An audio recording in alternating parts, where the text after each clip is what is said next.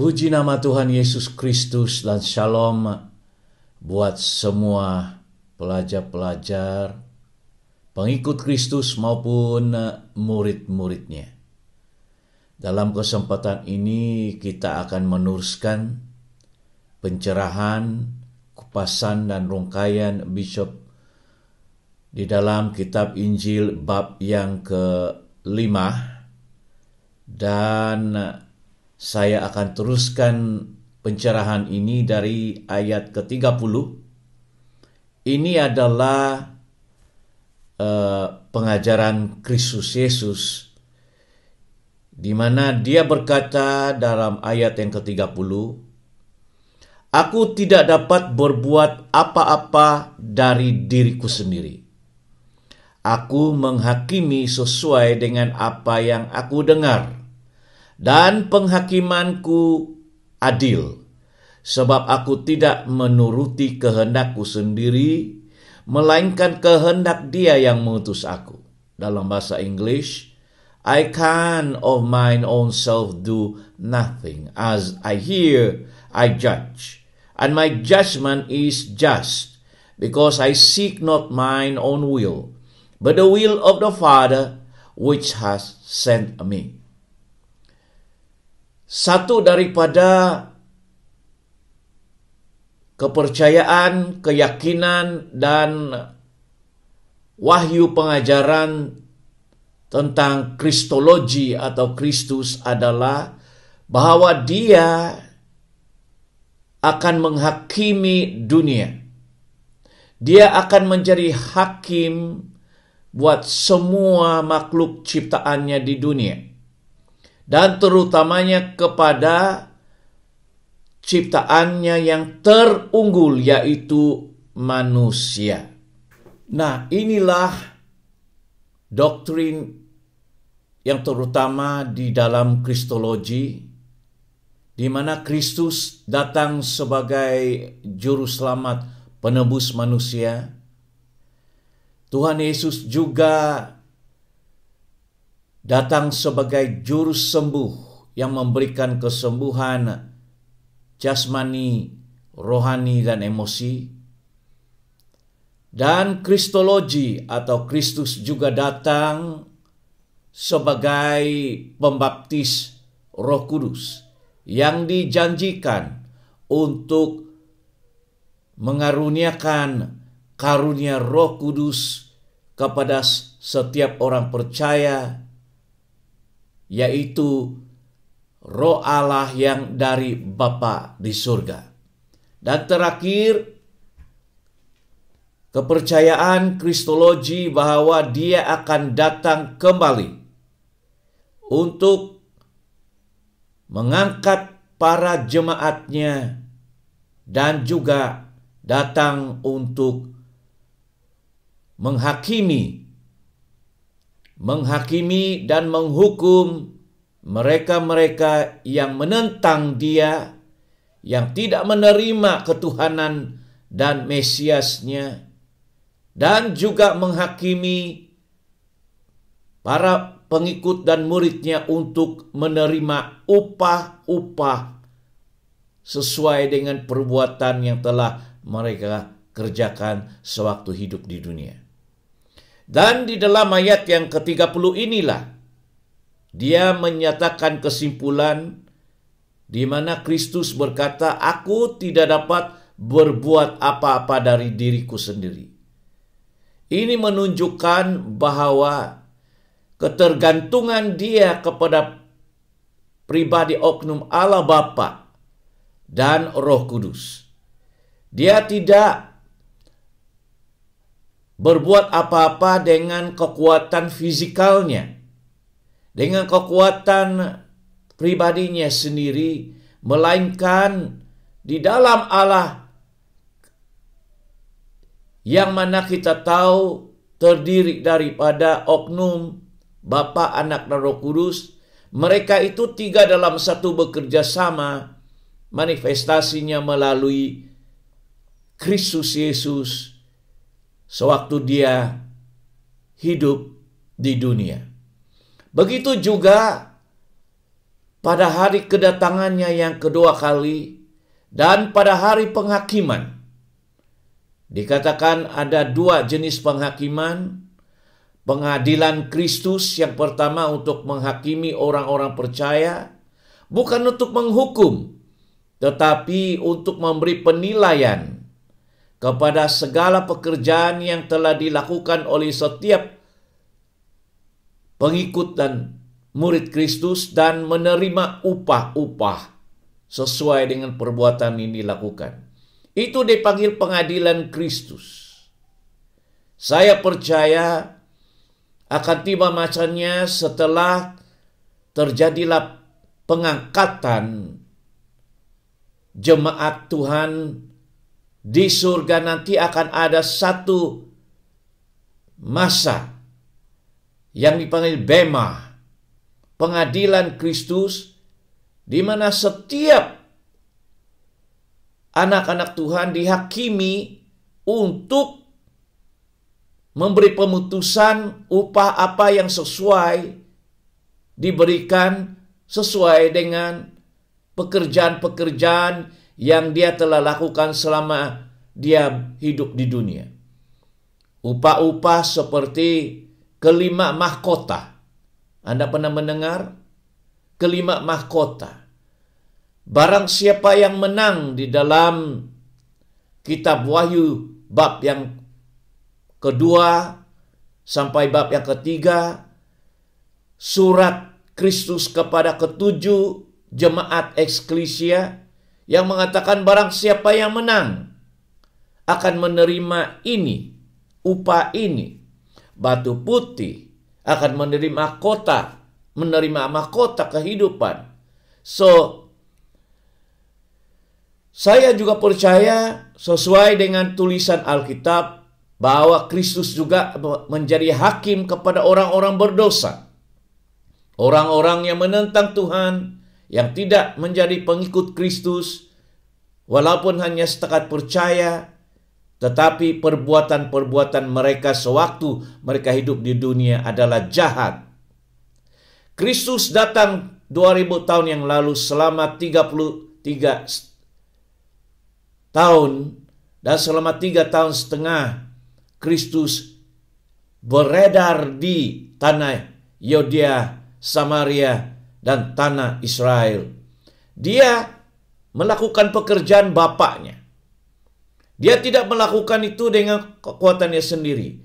Bahkan di dalam pengajarannya dan juga penghakimannya, kalau dia dituntut menghakimi, semua itu dikerjakannya karena Roh Kudus ada di atasnya dan karena firman Allah Bapa berada di dalam kehidupan Kristus Yesus sebagai manusia. Nah, itulah yang dikatakan aku menghakimi sesuai dengan apa yang kudengar. Penghakiman takhta putih yang kita baca dalam kitab Wahyu adalah penghakiman kepada orang-orang yang tidak percaya Kristus. Orang-orang yang hidupnya tidak benar dan berdosa. Akan tibanya akan ada penghakiman takhta putih di mana buku-buku akan dibukakan dan dihakimilah mereka sesuai dengan perbuatan jahat mereka. Diputuskanlah kalau namanya tidak tertulis di dalam kitab kehidupan, maka tempat mereka adalah neraka kekal yang dipanggil lautan api bersama-sama dengan antikristus, nabi palsu, dan setiap orang yang melakukan kejahatan, yang menolak iman, kepercayaan kepada Kristus, yang menolak dengan bukti tidak mau mengikuti pengajaran-pengajaran Tuhan yang telah dituliskan di dalam kitab Perjanjian Lama, yaitu Injil Matius, Lukas, Markus, dan Yahya atau Yohanes. Maka ayat 30 dikatakan, aku menghakimi sesuai dengan apa yang aku dengar sewaktu dia di dunia, dan penghakimanku itu adil. Maksudnya tidak ada cacat celah, tidak ada kepalsuan. Bila dia memutuskan ini salah, dan ini yang benar, penghakimannya itu memang adil. Tidak ada ketidakadilan sewaktu Kristus membuat pemutusan, menunjukkan mana yang salah dan mana yang benar. Itu maksudnya mengadili. Ya. Dan sewaktu dia berada di dunia selama 3,5 tahun, dia tidak memberi hukuman kecuali kepada iblis dan setan yang merasuk orang. Jadi dalam hal ini, saya percaya dalam ayat 30 ini, Kristus berbicara tentang bagaimana dia menghakimi selama 3,5 tahun sewaktu dia hidup di dunia. Tetapi juga setelah akhir zaman, kita juga akan melihat dia duduk di takhta pengadilan, takhta putih maupun pengadilan Kristus. Dia juga mengadili dengan Roh Kudus dan Allah Bapa bersama dia. Sebab aku tidak menuruti kehendakku sendiri, melainkan kehendak Dia yang mengutus aku. Ayat 31, kalau aku bersaksi tentang diriku sendiri, maka kesaksianku itu tidak benar. Sekali lagi, bahasa Inggris, if I bear witness of myself, my witness is not true. Sadarkah Anda bahwa dia tidak pernah bersaksi tentang dirinya sendiri dengan mengatakan aku anak Allah? Dia tidak pernah Anda mendengar dia berbicara bahwa dia adalah Allah. Aku adalah Allah menciptakan langit dan bumi. Tidak pernah. Sebab dia tahu, dia mengetahui manusia memang tidak akan menerima, dan sekalipun dia berkali-kali berkata demikian, manusia akan menentang dia, bahkan menggelar dia, menghujat dan mau membunuh dia. Itulah sebabnya orang bertanya, buktikan ayat Alkitab yang mengatakan Yesus berkata dia adalah Allah. Yang Yesus berbicara begitu. Yesus tidak pernah bersaksi begitu. Bukan karena dia tidak mau, dan bukan karena dia tidak berhak mengatakan dia adalah firman, dan firman itu adalah Allah, dan dia adalah firman yang menjadi manusia, dan dia adalah Allah. Tetapi dia tahu hati manusia. Sesiapa yang mengaku dia Allah, pasti percayalah, orang itu melihat orang itu manusia, tidak ada orang yang akan percaya. Yesus tahu. Jadi cara yang terbaik yang dia tahu adalah buktikan keilahiannya itu, buktikan kemahakuasaannya itu, dan buktikan kemahadirannya itu. Omnipotent, omnipresence, omniscience God. Lewat tindakannya itu, sekurang-kurangnya orang boleh melihat bahwa dia bukan manusia biasa. Dia adalah firman, penjelmaan Allah. Melihat mujizat-mujizat dan tanda-tanda itu. Dan Tuhan juga mengutus orang lain untuk bersaksi tentang dia. Itu lebih baik. Siapa? Malaikat bersaksi tentang dia. Gabriel berkata kepada Maria, kepada malaikat-malaikat bersaksi kepada orang-orang Israel, kepada ketiga orang Majus tentang anak Allah, bersaksi tentang Kristus, yaitu firman Allah, anak domba Allah, Yohanes Pembaptis. Malaikat Gabriel berkata, dia adalah anak Allah yang Maha Tinggi. Yohanes menulis, pada mulanya firman, firman bersama-sama dengan Allah, dan firman itu adalah Allah, dan firman itu menjadi manusia. Itu tulisan Injil. Biarlah orang lain yang bersaksi. Ayat 31, Yesus berkata, kalau aku bersaksi tentang diriku sendiri, kesaksianku itu tidak benar. Ayat 32, ada yang lain yang bersaksi tentang aku, dan aku tahu bahwa kesaksian yang diberikannya tentang aku adalah benar.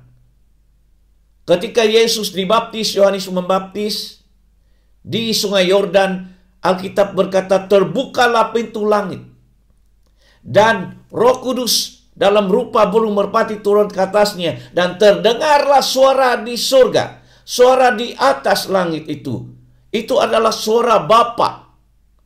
yang berkata, inilah anak yang kukasihi, kepadanya lah aku berkenan. Yohanes mendengar, orang mendengar suara dari Allah, dari surga. Itulah kesaksian daripada Allah Bapa. Meskipun demikian masih ramai yang tidak mau percaya siapa Yesus. Nah, itu yang dikatakan di dalam ayat 32. Ayat 33 juga berkata, kamu telah mengirim utusan kepada Yohanes, dan Yohanes telah bersaksi tentang kebenaran. Tuhan memakai, Roh Kudus memakai Yohanes untuk bersaksi tentang dia. Itulah firman. Dia itulah kalam Allah. Dia itulah firman yang menjelma, yaitu Allah firman yang menjadi manusia, anak Allah atau Allah anak yang menjadi manusia. Dia adalah Yahova itu. Melalui kesaksian ini. Ayat 33, tetapi aku tidak memerlukan kesaksian dari manusia, namun aku mengatakan hal ini supaya kamu diselamatkan. Kristus tahu bahwa yang terutama dan yang penting adalah kesaksian dari Allah sendiri, Allah Bapa. Dari suara Allah Bapa itu. Banyak kali sewaktu dia di gunung bersama 3 muridnya, Yohanes, Petrus, dan Yakobus, dikatakan tiba-tiba berubah muka Tuhan itu dalam muka kemuliaan, dan kelihatanlah Nabi Musa dan Nabi Elia di sebelah dia, dan mereka berbincang-bincang. Dan ketika Petrus, Yohanes melihat mereka, terdengarlah suara yang berkata juga, inilah anak yang kukasihi, dengarkanlah dia. Suara Allah Bapa. Kelihatan juga Nabi Musa, Moses, dan Nabi Elia yang dikenal Nabi oleh segala bangsa juga bersama-sama Kristus. Itu menunjukkan statusnya sebagai seorang yang lebih tinggi dari Musa, lebih tinggi dari Elia. Dan mereka berbincang-bincang. Tetapi untuk demi mengesahkan kesaksian manusia, dia berbicara di dalam ayat yang ke-34 ini, aku tidak memerlukan kesaksian dari manusia sebenarnya, namun aku mengatakan hal ini supaya kamu diselamatkan. Supaya kamu memperoleh pengetahuan yang memerdekakan, informasi yang jelas, nyata, dan benar dari kitab Injil Matius, Lukas, Yohanes, tulisan-tulisan Paulus, dari kesaksian para rasul, para nabi, sejak Yesaya, Nabi Daniel, Yeremia, Yehezkiel. Banyak mereka telah menubuatkan, menulis tentang Kristus dan kedatangan Kristus di dalam kitab-kitab Taurat yang ditulis oleh Musa, oleh Moses. Ayat 35, dia menyebut tentang dirinya, ia adalah pelita yang menyala dan yang bercahaya, dan kamu hanya mau menikmati seketika saja cahaya itu. Kristus menyamakan dirinya sebagai pelita atau lampu yang menyala-nyala, yang menyinarkan, yang menerangkan, yang menerangi, supaya Anda dapat melihat dengan jelas siapakah itu Allah melalui Kristus, siapakah itu Roh Kudus melalui Kristus, siapakah itu anak Allah melalui Kristus. Dia datang menjadi wahyu yang boleh dirungkai, yang boleh dilihat, yang boleh disentuh, yang boleh ditanya dan akan mendapat jawaban. Dia seperti cahaya ini yang menarik perhatian orang, berbuat baik, menyembuhkan orang, mengusir setan, memberi pengajaran yang benar. Itu maksudnya penerangan rohani. Dia seperti cahaya ini yang menerangi Dan kamu dapat menikmati seketika saja. Sebab dia tahu selama 3,5 tahun saja. Setelah itu, dia harus dimati di kayu salib untuk menebus, membayar dosa manusia. Dan setelah itu dia akan kembali ke surga.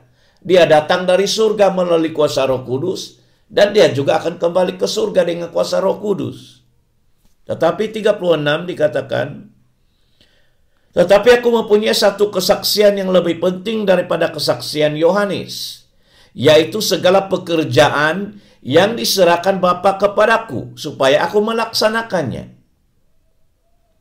Apa yang dilihat oleh Yesus di dalam rohnya, di dalam pimpinan Roh Kudusnya, dia tahu itulah pekerjaan yang dia perlu lakukan, dan dia tahu bahwa pernyataan, wahyu dari segi nubuatan, dan juga karunia-karunia yang bekerja dalam hidup Yesus seperti karunia iman, karunia kata-kata pengetahuan, karunia hikmat, karunia mujizat, karunia kesembuhan, karunia membeda-beda roh. Bila itu diwahyukan kepadanya, dia mendapat revelation, dia mendapat pernyataan, dia melihat itu sebelum dia lakukan, dia melihat apa yang Bapa tunjukkan kepada dia, maka dia melakukan. Itulah yang paling bagus, the best, yang terbaik untuk membuktikan siapa dirinya melalui perbuatan-perbuatan.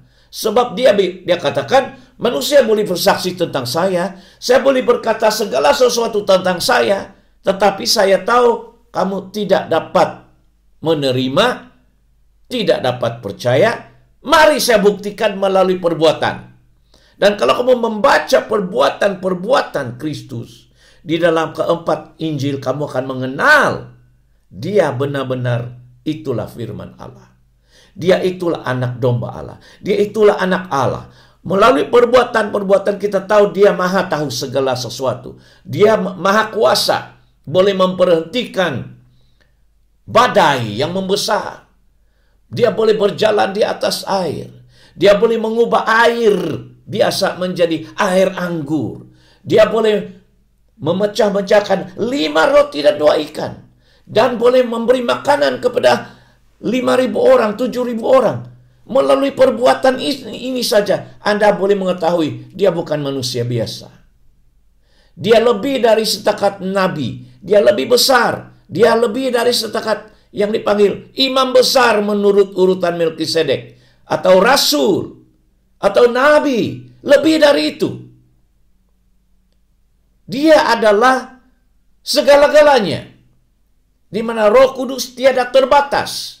Dia nabi, imam besar, rasul, juru selamat, Alfa dan Omega, Yahweh. Tapi dia limitasi dirinya di dalam badan, supaya orang boleh melihat bahwa dia boleh menjadi manusia biasa yang luar biasa. Amin. Ayat 37. Pekerjaan itu juga, ayat 35 ya. Ayat 36. Pekerjaan itu juga yang kukerjakan sekarang, dan itulah yang memberi kesaksian tentang aku, bahwa Bapa yang mengutus aku. Kesaksian paling efektif untuk meyakinkan bukan mulut, tetapi perbuatan. Itu yang Kristus ingin kita lakukan. Sebagai pengikut Kristus, bukan hanya setakat aku mengasihi, bukan hanya setakat pengajaran, tapi buktikan itu dalam buah-buah perbuatan. Itu yang dipanggil, kalau kau percaya Kristus, buktikan. Orang saja boleh berkata, aku percaya Kristus. Siapa bilang aku tidak percaya? Aku percaya Isa Al-Masih. Aku percaya Yesus Kristus. Semua orang, bahkan agama-agama lain pun mengaku dia adalah nabiku. Aku percaya. Tetapi perbuatan. Iblis pun percaya. Setan pun percaya, kata Alkitab. Jadi apa beza? Perbedaan dia adalah orang yang benar-benar percaya akan buktikan dirinya menjadi pengikut Kristus. melakukan segala perintah-perintah dan ajaran-ajaran Kristus yang telah dinyatakan di dalam kitab Injil. Injil Matius, Markus, Lukas, dan Yohanes. Lakukan itu. Jadilah pengikut Kristus. Kalau Anda berani, katakan, aku adalah pengikut Tuhan Yesus Kristus, yaitu anak Allah. Yaitu firman yang menjadi manusia. Akulah pengikut dia. Aku mau mengikuti segala pengajarannya. Itulah bukti. Dan Anda buktikan. Kalau Kristus memerintahkan, jangan begini, Anda ikut. Kasihilah musuhmu. Jangan membalas kejahatan dengan kejahatan.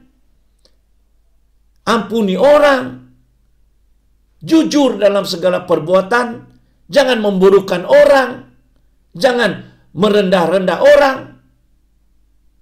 Kasihilah sesama manusia seperti dirimu sendiri. Jangan mencuri. Jangan membunuh. Jangan menipu. Jangan menjadi rasis. Tapi bawalah perdamaian. Sebab dia adalah Raja Damai. Anda dapat lakukan itu enggak? Berbuat baik kepada orang yang miskin, kepada anak yatim piatu, menolong orang-orang yang sakit, membantu mereka. Buktikan dengan perbuatan, bukan untuk tujuan mencari nama. Itulah pengajaran Kristus. Kalau Anda mampu tidak mempertahankan orang yang lemah, mampu tidak Anda mempertahankan keadilan kepada orang yang tidak menerima keadilan. Itu semua. Kalau Anda benar-benar mau ikut Kristus. Jangan bilang percaya. Iblis pun percaya, kata Alkitab. Banyak orang itu, oh saya percaya. Saya percaya Nabi Isa. Saya percaya Kristus. Saya percaya. Tetapi perbuatannya itu melawan, menentang. Yesus katakan tidak ada, Alkitab mengatakan tidak ada nama lain di bawah langit ini. Hanya satu nama. Yesus berkata, akulah jalan. Satu-satunya jalan, tidak ada jalan lain. Masih ada orang mencari orang lain. Mencari pengajaran lain. Berpikir bahwa ada nabi lain. Saya beritahu pada Anda, Kristus satu-satunya yang memberikan kebebasan, penerang kepada kita semua. Jalan keselamatan yang hidup dan kekal. Dialah yang dipilih itu. Meskipun zaman ini kamu tidak melihat Kristus, tetapi bacaan daripada Alkitab ini adalah perbuatan-perbuatan Kristus yang hidup sampai sekarang. Amin. Jadi, pekerjaan itu yang kukerjakan sekarang, itulah yang memberi kesaksian tentang aku.